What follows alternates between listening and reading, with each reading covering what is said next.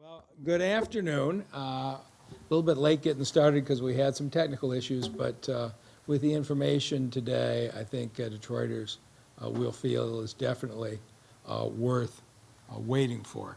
This week, you are going to get in the mail your property assessment notice in 2022, which normally is not something you're looking forward to, but with the news today, it's pretty remarkable. It's basically all good news for Detroiters. So last year, the average home value in the city of Detroit went up 31%, something that we have never seen before. And normally, being told your home value went up 31%, you'd be afraid of your taxes. But the taxes to our residents are only going up 3%. And that's the bottom line for the message. And that's because of the Michigan Constitution. The Michigan Constitution has a provision that keeps people in their homes even when times are good. And the Michigan Constitution says no matter how much your home value goes up, your actual taxes can only go up at the rate of inflation as long as you stay in your house. You stay in your house 5 years, 10 years, 15 years, and your taxes will only go up 1, 2, 3% a year. We've got neighborhoods that had a 60% increase in property values last year. The Golf Course District, East English Village, Chandler Park, Corktown. But even if your neighborhood went up 60% last year, you get a 3% tax increase. That's the effect of the Michigan Constitution. And so we're taking the time to explain this so when you get the notices, you understand what they are. So this notice is going to come in. It got sent out yesterday. You should see it in the next week. It's not a bill. Don't pay it. You'll get your summer bill in July. It's not a bill. But this is telling you what your assessment is. Normally, it gives you a chance to challenge your assessment. The important thing that you want to look for is the line that says, how much are your taxes going up? This particular one says they're going up $32. And I want to take a minute to show you how to read the chart so that when you get it, you know what you're looking at and you don't panic when you see how much your home value went up. So what you have on your chart is something that's going to say assessed value. On this one, I'm not sure if you can read it, but it shows it went from $17,000 to $22,000, which won't be unusual in this city. It'd be like a 30% increase. And you say, oh no, that looks like a big jump. And it is. But the key line you want is the line above it. And it's called taxable value. Because the only amount you have to pay taxes on is that lower taxable value. And in this case, it went from $11,200 to $11,500. It didn't go up $5,000. It went up $300. And I'm going to show you in more detail how this works. Here's what happened across the city of Detroit.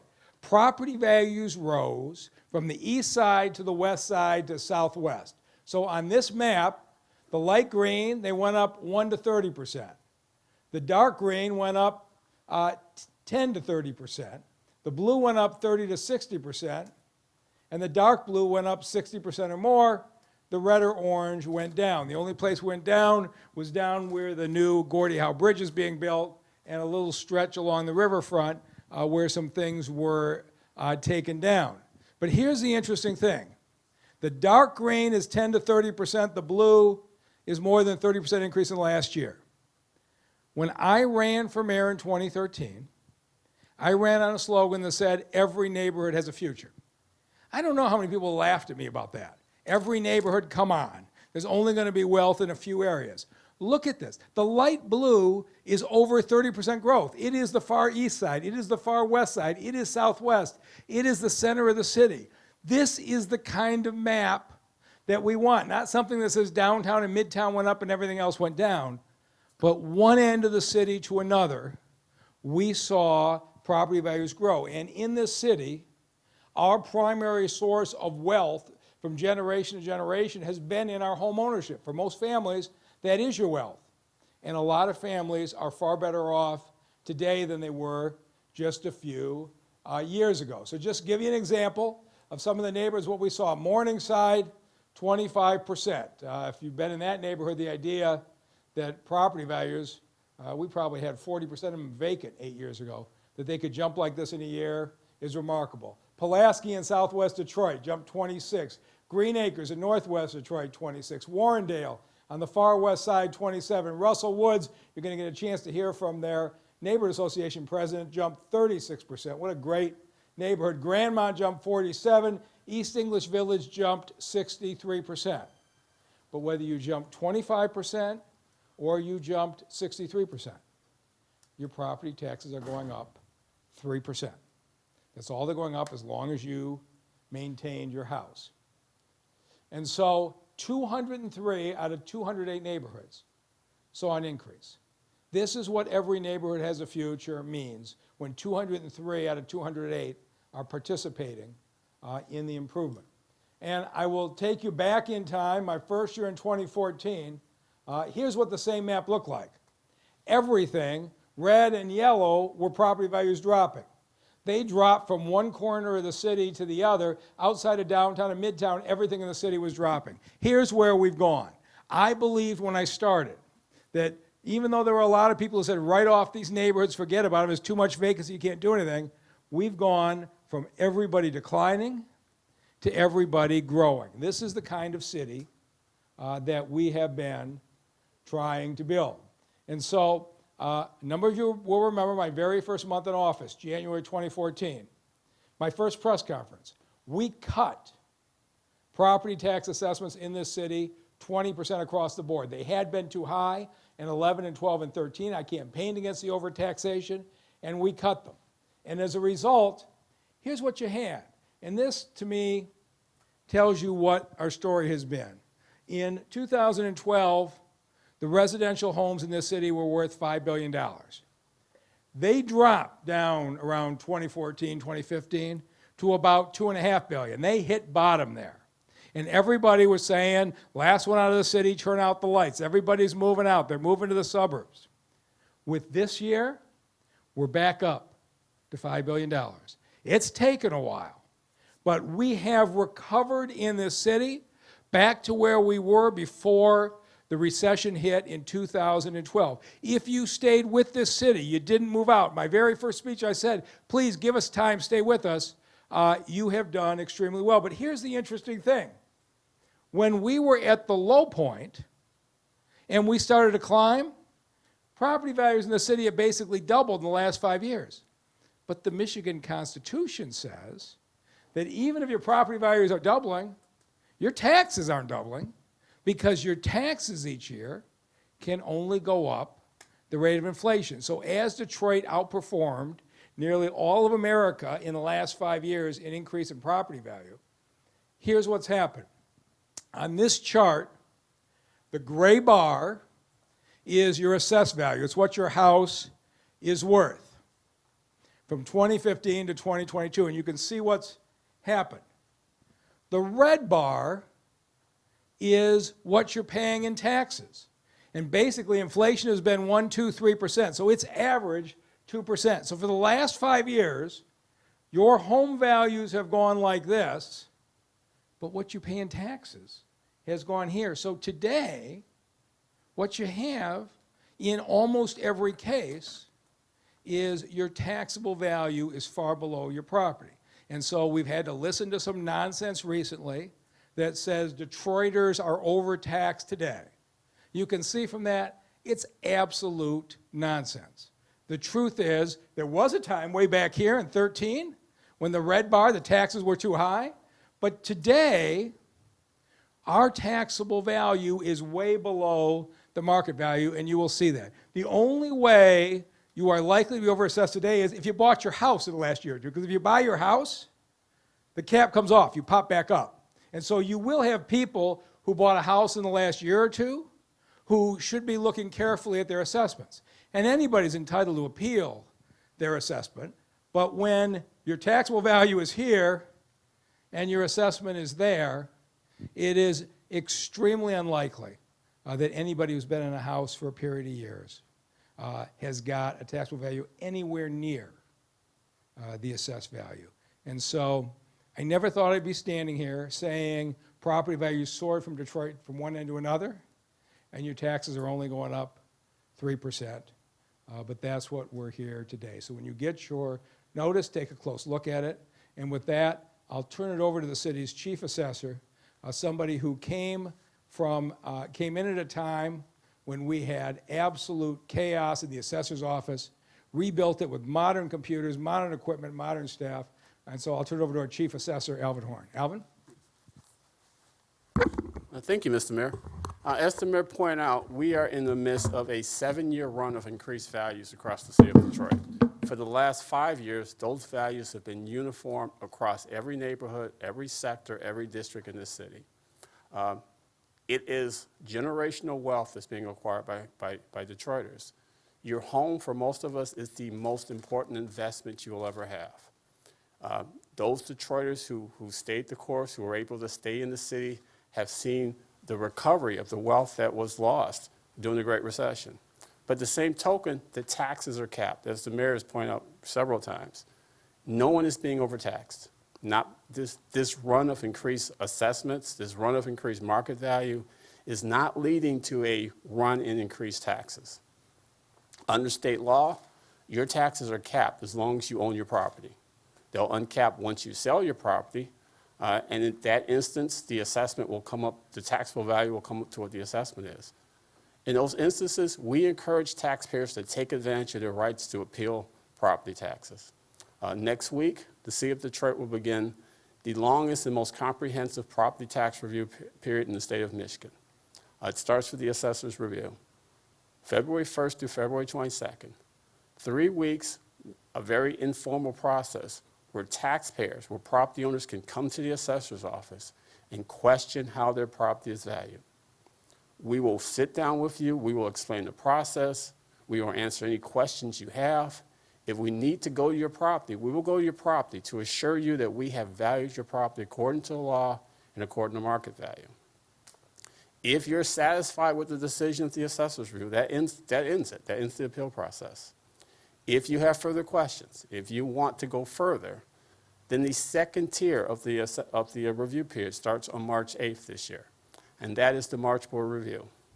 9 members who are appointed by Detroit City Council to hear property appeals by Detroiters.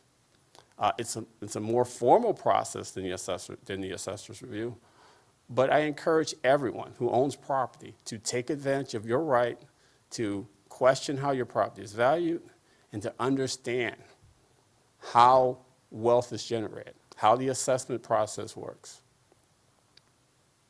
I think we've got a few more slides here. Oh, I got the clicker? Okay, sorry. Okay. As I just said, the assessor's review, it's 3 weeks. Starts February 1st, it goes through the 22nd. You can appeal by mail, by email, or fill an online application. Those property owners who wish to talk to someone in the assessor's office, they will have the opportunity through a teleconference. If you're satisfied with the decision of the assessor's review, that ends the process. If you wish to go further, if you have other questions, then you go to the March Board Review. That starts March 8th, ends March 26th. All residential property appeals have to go to the assessor's review to be heard by the March Board Review. Commercial, industrial, and personal property owners can go straight to the Michigan Tax Tribunal. As I said, you can appeal online, you can appeal by email, or you can send a letter to our office, but we have to get that letter by February 22nd.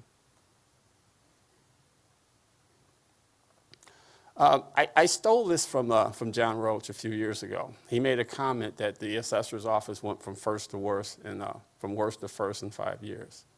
In April 2014, the State Tax Commission issued a corrective action order to the City of Detroit because of irregularities with assessment administration and valuation practices.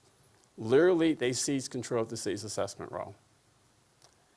The way the city decided to fix those problems was the largest and most complex reappraisal in the state of Michigan history. 4 years, $8.375 million. Every parcel in this city, all 409,000, were reviewed either by a person or using remote data verification. In addition to the reappraisal, The city also launched a restructuring of the assessor's office to address the issues that the mayor spoke about when he first came to the office. During that restructuring, we increased our staff complement by a third. And this happened during a recession. This happened while the city was fighting bankruptcy because everyone knew how important it was to fix the problems in the assessor's office. They increased the number of staff. They increased the certification of the appraisal staff. They made sure that every appraiser in that staff was certified. Most of our clerical support is certified as well. Significant investments were in our GIS layers, in our aerial and street level imagery, and in staff training. In March 2017, the first phase of the reappraisal was completed. The residential properties were brought off override. And for the first time since 2003, the residential property values in the city of Detroit were being generated by market data. In June of 2017, the State Tax Commission returned control of the assessment role to the city of Detroit. That occurred 2 years earlier than was expected. And it was done because we had demonstrated over the previous 2 years our commitment to correcting the problems that had been discovered. March 2019, as I said, the largest reappraisal in the history of the state was completed. A few months later, 5 years after the State Tax Commission seized this city's assessment role, the Michigan Assessor's Association named the city of Detroit as the best assessing jurisdiction in the state of Michigan. That was a remarkable achievement in 5 years. Just last year, the Assessor's Office completed its audit of minimum assessing requirements. That's a test that the State Tax Commission gives to every jurisdiction to determine if they are compliant with state law. Most jurisdictions, more than 80% of them, fail the first time around. The largest and the most complex jurisdiction in this state passed the first time around. This just speaks again about the assessor's review. It's an informal process. Residential property owners have to start at the assessor's review. Commercial, industrial, personal property owners can go directly to the Michigan Tax Tribunal. The March Board review starts March 8th through the 26th. Appointed by Detroit City Council, they have the authority to hear property valuation appeals in the city. And finally, the Michigan Tax Tribunal. That is the final step in the appeals process in the state of Michigan. The MTT is an administrative court of the state of Michigan. The property owner has to present evidence to support their position. An appeal with the tribunal has to be filed by July 31st for residential properties, and by May 31st for all other property owners, commercial, industrial, and personal property. So I'd like to introduce a gentleman from Mr. Cuney, who's here to talk about the property values and the increases in his area. Thank you, sir. Hello, God bless you. My name is Melvin Cuney. I'm the president of the Russellwood Sullivan Area Association, and I'm so glad to be here today because the property values, as he showed in that chart, they've risen 36%, and those are 1,100 homes in the heart of the city, and it's a historical district to boot. So I'm pleased to say that because I lived there and I purchased the home in 2013, and I must say those charts are very accurate because my property value has skyrocketed actually, and my taxes, very limited increase. And just to testify to what he promised in the beginning, and everyone didn't believe he would come in the neighborhoods, he's been in my neighborhood and he's met with our citizens and he's listened to us and he's assisted us or made it available for us to get assistance and everything. And the development is just, it's crucial around these neighborhoods. And we had our park renovated, as due to the mayor and his staff. We have this Dexter Street being renovated, which hasn't been done in years, a pop-up site, which he's given us a seat at the table in the decision-making. We also have the Old St. Cecilia's Church being renovated. We have a trade school in our area now, and we have several construction projects surrounding us, so we're right in the hub of it. So I thank God to be here in the city and to see this turnaround, because I'm here for life. I'm a retired Detroit neighborhood police officer who actually worked in the area that I live in now. And it's an area I always wanted to live in even as a kid. And I really am impressed with how this administration has handled everything over the last 8 years. It was a process, but it is working, and it's proven right now because there are very few homes even available in Russell Woods, and we had so many empty homes when I first purchased a home. And just people of every race and color, it doesn't even matter. We're just all together. We're coming together, and I thank God for the mayor and his process that we stuck with and followed, and it's working, and I thank him for it. Thank you.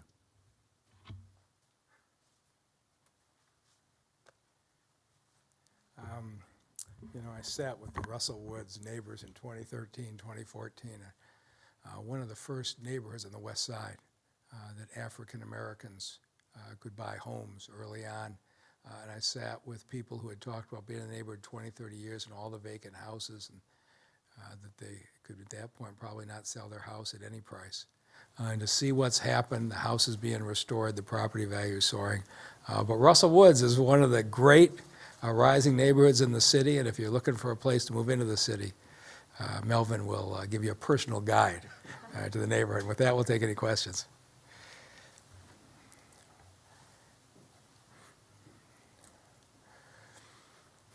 Good afternoon, Mayor. Good afternoon. From Channel 7. So 3 questions for you. First is, could you list out some of the big changes that a city has experienced over the years that have helped property value increase? I don't think there's any question that when you demolish 17,000 burned out homes and you renovate 8,000 vacant homes and move families in, that has a huge effect. The street lights being on, the police and fire showing up when you call. The parks, I think, have been improved in a very significant way from one end to another. And I think our Department of Neighborhoods, we've paired up with block club captains around the city for their own visions for their own neighborhoods.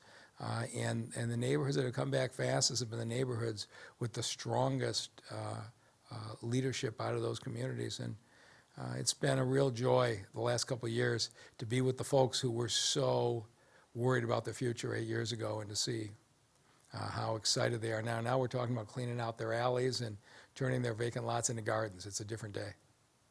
The 3% rise, is that only for the existing homeowners, or is it for the new ones? Yeah, so if you owned your house a year ago and you still own it, your property taxes anywhere in Michigan can only go up with inflation, which in this state was 3% last year. Now, if you bought your house in 2021 and the house, you bought it for $80,000, you'll pay taxes on $80,000. If your seller had held on to it for another year or two, they'd pay taxes at a lower amount. That's the way it works all across the state. The only time the taxes pop up are when you sell the house.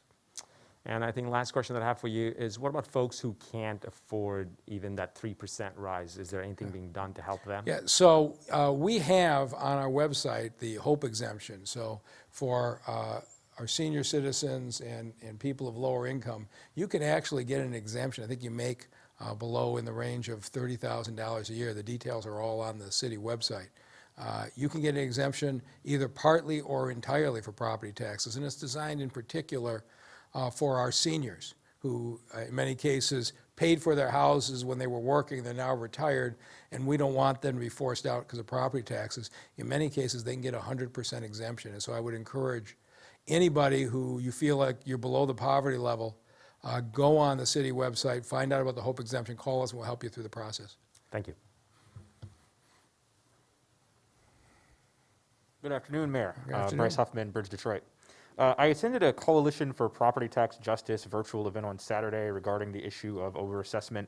And it's clear from that event and the number of Detroiters who showed up that a lot of Detroiters still feel like overassessment is an issue. What do you have to say to them? And can they expect a new plan from your administration to address the past overassessment? And so there is no question assessments were too high from 2011 to 2013. I said that every day on the campaign trail. And I'm continuing to talk to council about a resolution. But any suggestion that taxes are illegally high today is just utter nonsense, as those charts show.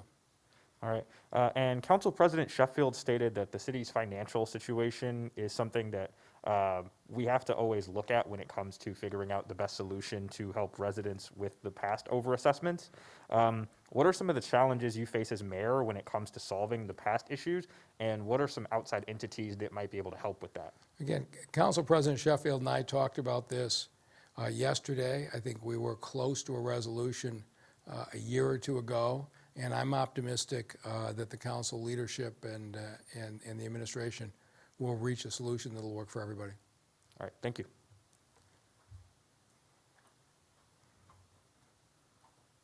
Hello, good afternoon, everyone. Eli Newman, WDET News.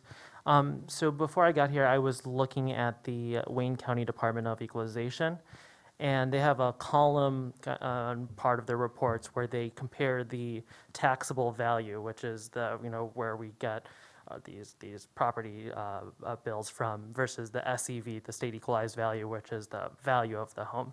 So they do this comparative ratio over the last 10 years or so, and it says that in 2019, 2018, that rate was about 62% or more than 62%. And I guess I was wondering that, given that typically when these kinds of assessments happen, there's that the state constitution puts it at 50%, that these home values should be, you shouldn't be your taxable value shouldn't be any more than 50% of what that SEV is. You're confusing two Okay. different things. So SEV is 50% of the value. Taxable value is the gray and red chart that I just showed. So that could be 30%, it could be 90%. Okay, sorry, can you elaborate on that? So taxable value is the value at which you are taxed. It's not 50%, right? Alvin, I'm right on this, aren't I? Correct, yes, sir. So you're confusing two different things.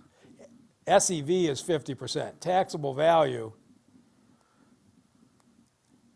I don't know, were you here earlier? So So taxable value is the value at which you are going to be taxed. Those red lines there are the taxable value in the city. So let's say that in 2015, my house was worth $20,000. The next year, my taxable value can only go up 2%. So it would be $20,400 because that was inflation. My property values might have gone up 50%. So my SEV would be at 30,000 or half of 30,000. My taxable value would go up 2%. It doesn't have anything to do with 50%. It's the amount that you can be taxed at. And you can see what the line is at this point in the city. I don't know there's ever been a point in the city's history where the taxable value has ever been this far below the market value. I'm sure it's never happened before. The only way this could happen is if you came out of a severe dip in a recession, and every year the property values are going up 50 and 20%, the taxes are going up 2%.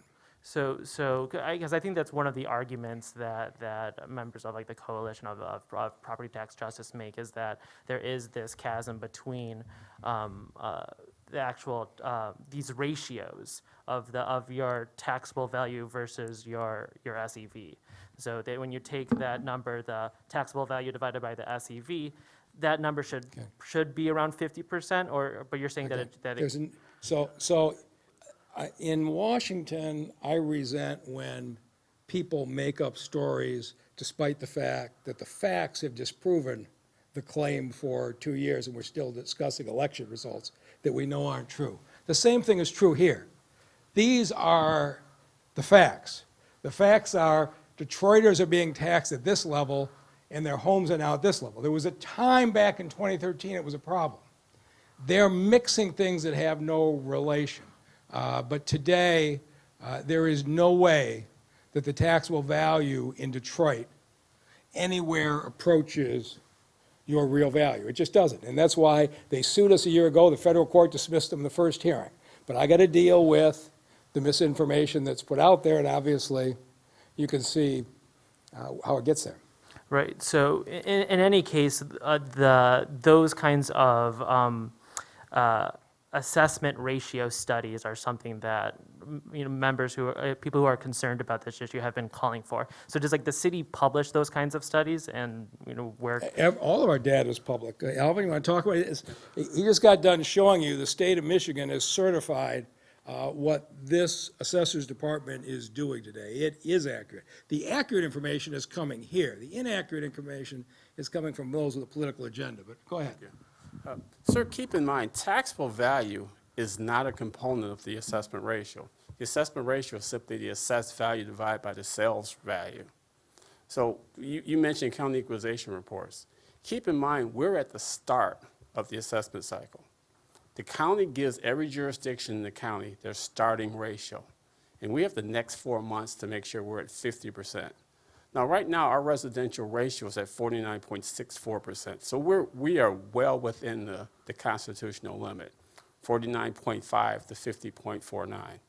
So, as the mayor said, there's a lot of noise out there. All of our data, we're an open book. The sales that we use are on the city's website. Our sales ratio studies are on the city's website. The studies that the county equalization director performs to ensure that the city of Detroit is compliant with state law, it's on the Wayne County website. We are fully compliant with state law. Now, we have no problem with having an honest discussion about assessment practices in Detroit, but it has to be an honest discussion about the facts and about the laws and the standards that we're required to follow, which are the laws of the state of Michigan. We've been verified by the county, we've been verified by the state. We're doing everything we have to do, and we're supposed to be doing. Sure. And again, just given that the city is extending that period for review, for people to make that, take it in front of the board, is that reflective of trends that we've seen in the past where more people are actually trying to, fight kind of what they've seen from the assessor? Well, we've actually seen a decrease from the height of 2014, 2015, 2016, the number of people who appeal. But there's 400,000 parcels in Detroit. Last year, we had 4,000 people appeal to the assessor's review. More than half of those appeals were settled. They didn't go to the March board review. At the March board review, almost every one of the assessor's valuations were upheld by the March board review. Only 67 or so were overturned by the board review. So we take a lot of pride, we take a lot of effort, there's a lot of resources available to us. No one's going to claim it's 100%. It can't be 100%. But the city's put the resources into the assessor's office, and the mayor has made it quite clear, get it right, get it right, get it right. We have the longest appeals period in the state, and we want everybody in the city to come and ask us, how did you value our property? You may not like the answer, but at least you'll understand it.